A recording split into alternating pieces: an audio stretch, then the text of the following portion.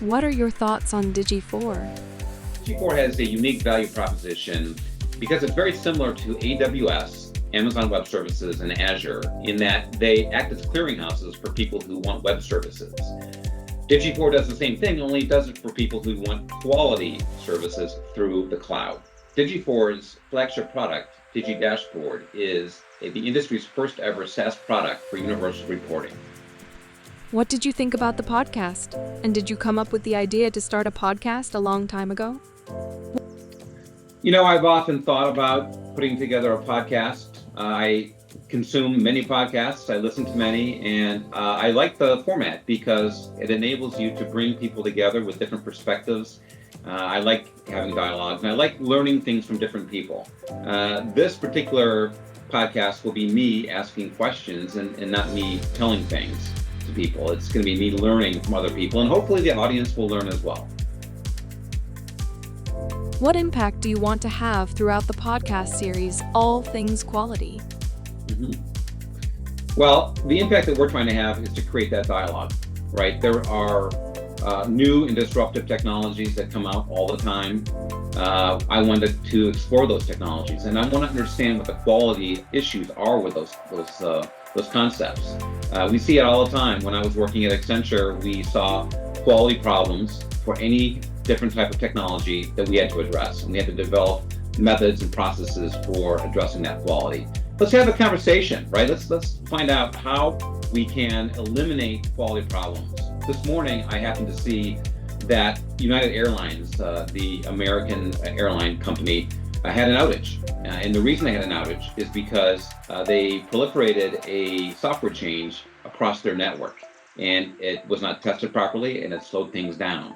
They had cancellations, they had delays, they had an outage, and it caused a lot of problems with their consumers. We can't have that, and every day we see that from various products. Some products that directly impact your health, your day-to-day activities. And if I could actually, my dream for me would be to eliminate quality problems with anything technological.